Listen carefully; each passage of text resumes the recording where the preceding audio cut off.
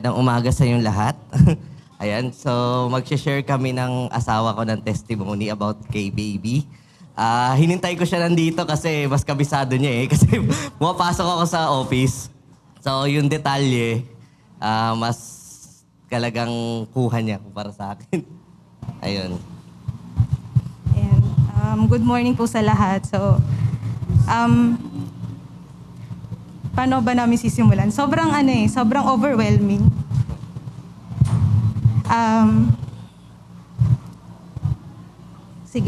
Siguro yung mga nanonood even dun sa online, some of you hindi po siguro makaka-relate exactly kung ano yung napagdaanan namin. Pero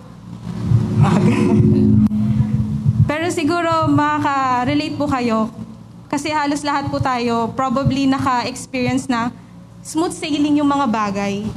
And then after one snap of a finger, parang nagbago lahat, parang bumaliktad lahat. Kasi nung 2022, ayan, kinasal po kami ng 2022. So,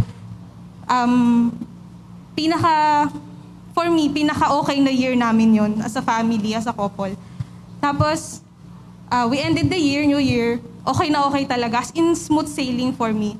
Pagpasok ng January 2023, doon na nag-start yung testing sa amin, sa family namin. Kasi January, yung mother ko, na-diagnose siya with lung CA. So, it's a lung cancer. January yon, and then all of a sudden, parang, wala naman kaming history ng cancer sa family. Hindi naman smoker yung nanay ko, hindi naman siya mabisyo. So, saan nanggaling?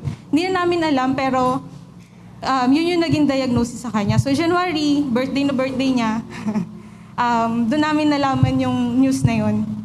And then, na-confine siya, nagkatubig yung lung and yung right lung and heart niya.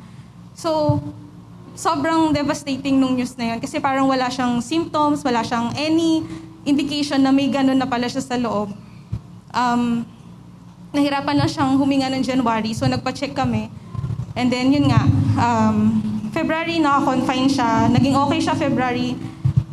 March, April, May, start na siya ng medication and yun yung isa sa mga challenging pero fulfilling and nagbibigay sa amin ng assurance na talagang gumagawa si Lord sa buhay namin. Kasi we ask for prayers din sa congregation nung time na yon and sa ngayon, she's doing better. Parang wala talagang nangyari. So, yun yung, praise God, yun yung isa sa mga gusto din namin i-testify even before pa. Hindi lang nagka-chance kasi pregnant ako, hindi ako makalabas. Now, yung pinaka-testimony namin ngayon recently lang sa baby namin. I gave birth last July, tapos naniko si baby for 7 days kasi antibiotic, ganyan. Nag-yellow din siya according to Pedia, which is, ang sabi ng mga kakilala namin, normal sa baby na mag-yellow kasi meron kaming incompatibility sa blood, ABO. So, yun. We stayed for 7 days dun sa hospital. And then after that, na-discharge kami. Nag-stay kami sa bahay ng 1 week. Normal lang. As in, thank you Lord, nakalabas na kami. And then, every day, normal lang din yung activity namin. After 7 days, follow-up check-up sa Pedia. Pagkakita ng Pedia kay baby, yellow siya. As in, bumalik daw yung pagka-yellow ni baby. Even yung mata niya yellow na. So, sabi ko doon sa Pedia, wala kasi siya, nasa work siya. Sabi ko sa Pedia, tinanong ko siya, ano yung dapat gawin? So, nagpabigay siya ng, nag-prescribe siya ng B1, B2, ganon, for bilirubin testing. And then, pinagawa namin, dumating yung result the night nung check-up day. July 25, yon. July 25. And then, gabi na yon, biglang tumawag yung Pedia. Sabi ng Pedia, kailangan ma-confine ni baby kasi sobrang taas nung bilirubin niya. So, ipo-phototherapy lang daw and then sabi din ng mga kakilala namin sa medical side, normal lang daw yun sa baby, yung pinapailawan. So, may times na nag-worry kami, pero since may assurance dun sa medical side na normal yan, sinunod lang namin yung pedia. And then, 1 week after the phototherapy, nag-iba yung color ng stool ni baby. Naging clay-like siya, para siyang clay na pale yellow. Para sa amin, as a regular person, parang hindi siya nakaka-alarm. Kasi yellow pa rin siya eh. Pag tinanong ng pedia, anong kulay nung pupo ni baby, yellow po, doc, yellow. Tapos nung nakita actual nung pedia, sabi niya, hindi yan yung normal na pupo ng baby. Dapat daw golden yellow or custard ba yun?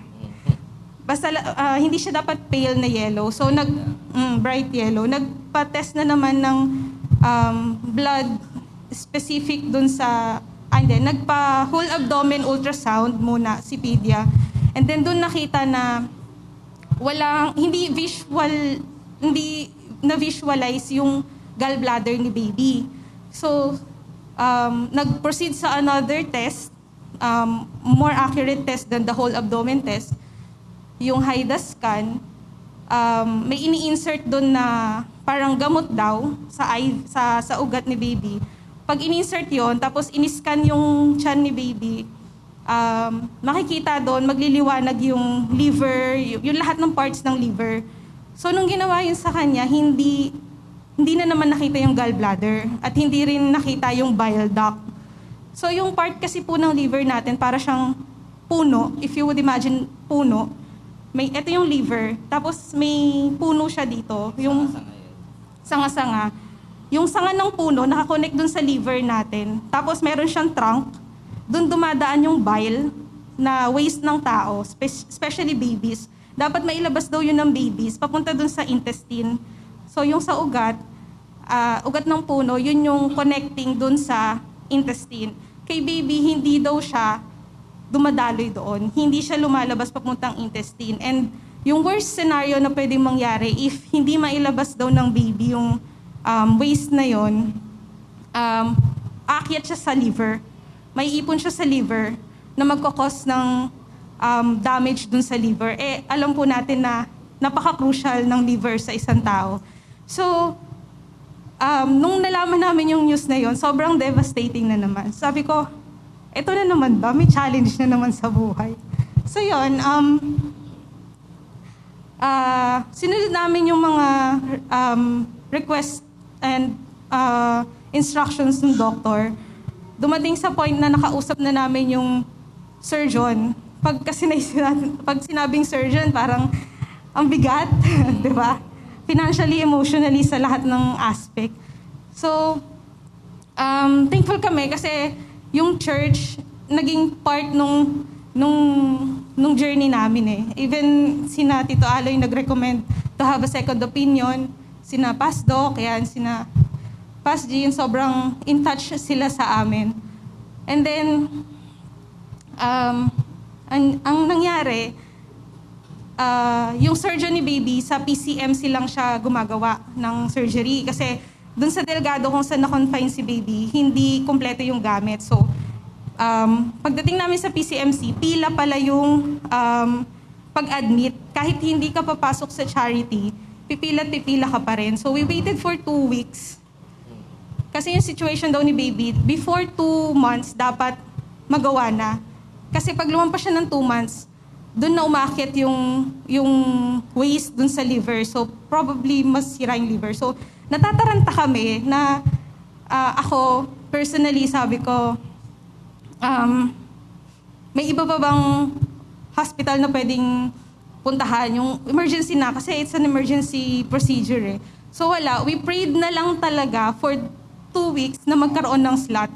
Kasi sapalaran yung slot doon sa pag-confine kay baby. So, August 30, tumawag kami doon sa admitting office.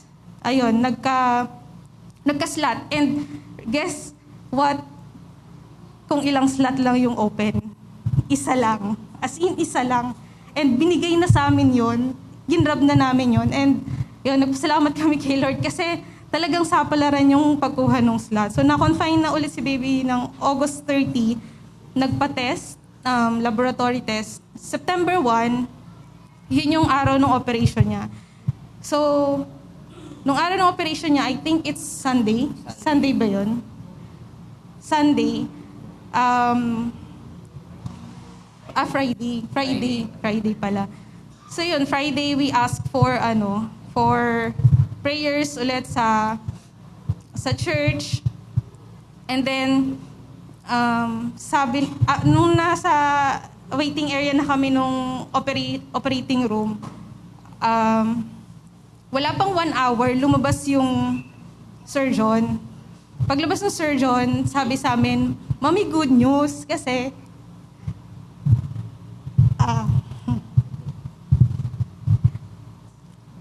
good news kasi okay si baby. Walang damage yung liver niya." Ayun, lahat kasi ng laboratory test, even yung scans, isa lang yung pinopoint biliary atresia. And yung biliary atresia na condition sa atin ngayon, ang walang ibang cure, hindi gagaling yung baby kung hindi gagawa ng liver transplant. And we all know na kahit anong transplant yan sa organ, sobrang financially nakaka-frustrate. And parang wala naman kami nakikita mali kay baby sa labas, pero bakit ganun yung magiging diagnosis? So, nung sinabi nung surgeon na good news, walang mali, walang blockage, present yung biliary tree niya, nakita yung gallbladder. So, sobrang nayakap ko yung surgeon. Nayakap ko yung surgeon sa sobrang tuwa. And, ayun, nagpasalamat din kami kay Lord right after that. Kasi sobrang miracle talaga nun. Medically speaking, isa yung pinopoint niya, which is yung diagnosis ng biliary atresia. Pero with faith and continuous prayers ng congregation, ng family namin, walang imposible kay Lord. So, yun.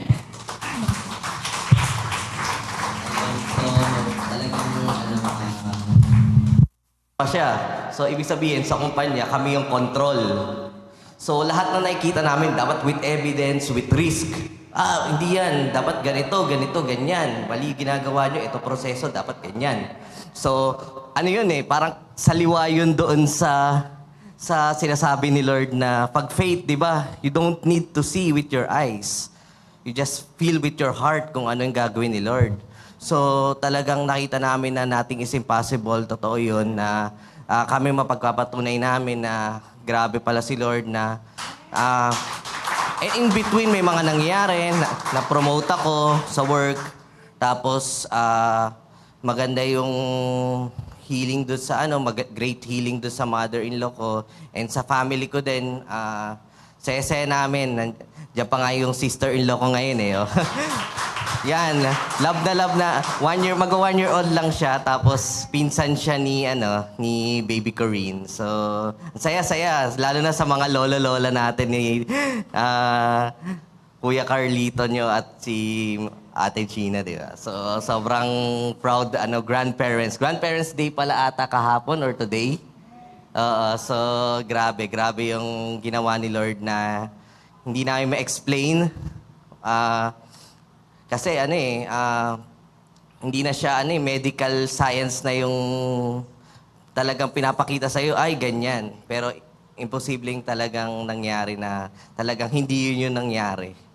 It's for the better, it's for the good. Kaya pag kay Lord, lahat binibigay niya, hindi niya tayo iniiwan kahit nagkakaroon tayo ng doubts. Di rin namin naiwasan nagkaroon din kami ng doubts. Pero yung faith ni Lord, faith namin kay Lord nang ibabaw pa din. And yung miracle healing niya totoo talaga sa bawat isa. So, talagang thankful kami sa church, sa lahat na nag-pray. Kahit yung mga hindi Kristiyano nag-pray.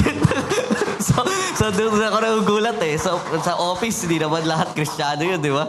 Nag-pray. So, talagang talagang may divine being silang nire-recognize kahit di sila naniniwala kay Lord. So, talagang thankful kami ng mag-asawa ko and looking forward na pag medyo lumaki na madala namin sa church si baby. Ayan. Thank you.